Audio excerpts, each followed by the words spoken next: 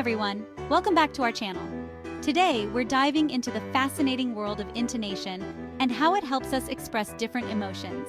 Whether you're learning English or looking to improve your communication skills, mastering intonation is key.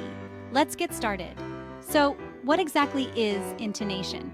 Intonation refers to the rise and fall of your voice when you speak. It's what gives your speech its melody and helps convey emotions and attitudes.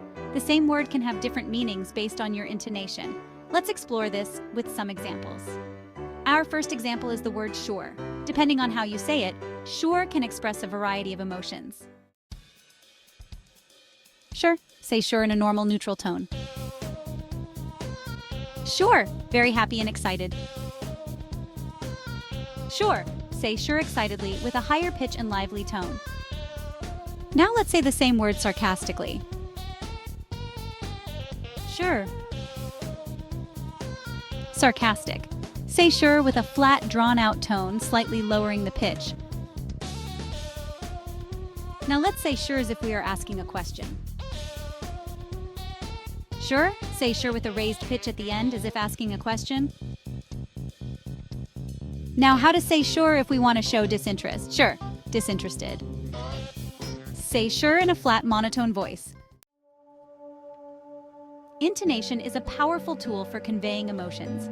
Let's break down how different intonations can express specific emotions. Excitement. Use a higher pitch and more variation in your voice. Example, sure, very happy and excited. Sarcasm. Lower your pitch slightly and use a flat, drawn-out tone. Questioning. Raise the pitch at the end of the word or phrase. Disinterest. Use a flat, monotone voice. The best way to master intonation is through practice. Try recording yourself saying these words and phrases with different intonations and play them back to see how they sound.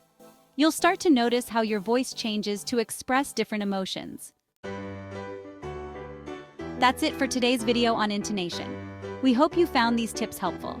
If you did, give this video a thumbs up. Leave a comment with any questions or thoughts. And don't forget to subscribe to our channel for more language learning tips. Until next time, keep practicing and stay expressive.